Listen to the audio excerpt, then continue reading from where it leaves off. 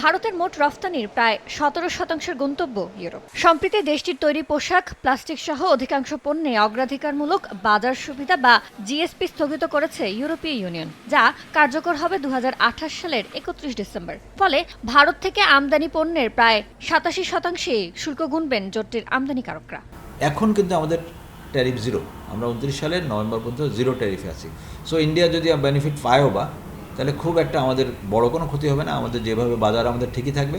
29 সালের নভেম্বর পর্যন্ত আমাদের বাজার সুরক্ষিত। এই প্রতিবন্ধকতার পথে সুবিধার দ্বার উন্মুক্ত করেছে গেল 27 জানুয়ারি ইউ ভারতের মধ্যে হওয়া মুক্ত বাণিজ্য চুক্তি এফটিএ, যা কার্যকর হওয়ার কথা 2027 সালে। তখন থেকে ইউরোপে বিনা শুল্কে রফতানি হবে ভারতীয় পোশাক, যা চ্যালেঞ্জে ফেলবে বাংলাদেশকে। আমাদের প্রতিদ্বন্দ্বী বা আমাদের সঙ্গে যারা ব্যবসা করছে, একই বাজারে আমরা আমাদের মার্কেটিং করি, ওরাও করে একই বাজারে, তারাও যাচ্ছে।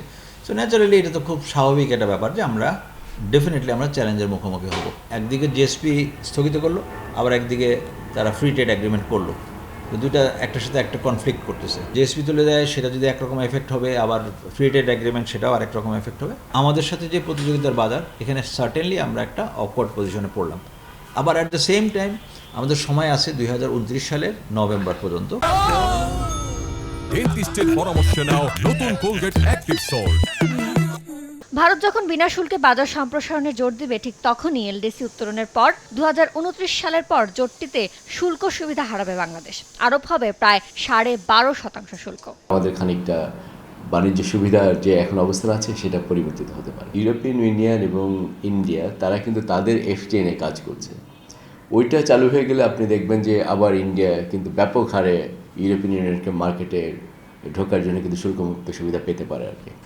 বিশেষ করে বিশ্বের যে আমরা পরিবর্তিত ভূ রাজনৈতিক অবস্থা দেখছি, ইউরোপিয়ান ইউনিয়ন চাইবে বিশ্ব দরবারে তাদেরও যে একটা বড় ভূমিকা আছে, তারাও যে একটা বৃহৎ বাণিজ্য করে থাকে, সেই লেভারেজকে কাজে লাগিয়ে হয়তো আরও বাণিজ্য চুক্তি করতে। এ অবস্থায় বাণিজ্য কূটনীতি জোরদার করার তাগিদ অর্থনীতিবিদদের। ইউরোপিয়ান ইউনিয়ন তো একটা বড় বাজার ভারতের জন্য, বাংলাদেশের জন্য। তো সেখানে তাদের যে এফটিএ যেটা করেছে, এবং সেখানে তৈরি পোশাকও কিন্তু সেখানে তাদের শুল্কের দিক থেকে বিভিন্ন সুবিধা নিয়ে ঢুকবে। হয়তো ডে 1 থেকে এটা হবে না, বাট এটা গ্র্যাজুয়ালি তাদের শুল্কটাকে তারা কমিয়ে নিয়ে আসবে। তো সেটা যদি আমদানি শুল্ক যদি কমে, তাহলে কিন্তু বাংলাদেশের যে অ্যাডভান্টেজটা আছে সেই অ্যাডভান্টেজটা ক্রমান্বয়ে সংকুচিত হবে। আমরা জিএসপি প্লাসও কয়েক বছরের জন্য পাই, কিন্তু তারপরও ভারতের সাথে যে চুক্তিটা হয়েছে সেই চুক্তিটা তো আরও দীর্ঘ সময়ের জন্য এটা বাস্তবায়িত থাকবে। সুতরাং সেদিক থেকে একটা বাড়তি প্রতিযোগিতার সম্ভাবনা আমাদের একটা কিন্তু সেখানে তৈরি হয়ে যাচ্ছে।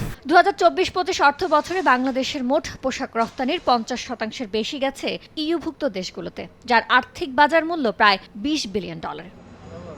ইয়ানুর শিফাত, সময় সংবাদ, ঢাকা।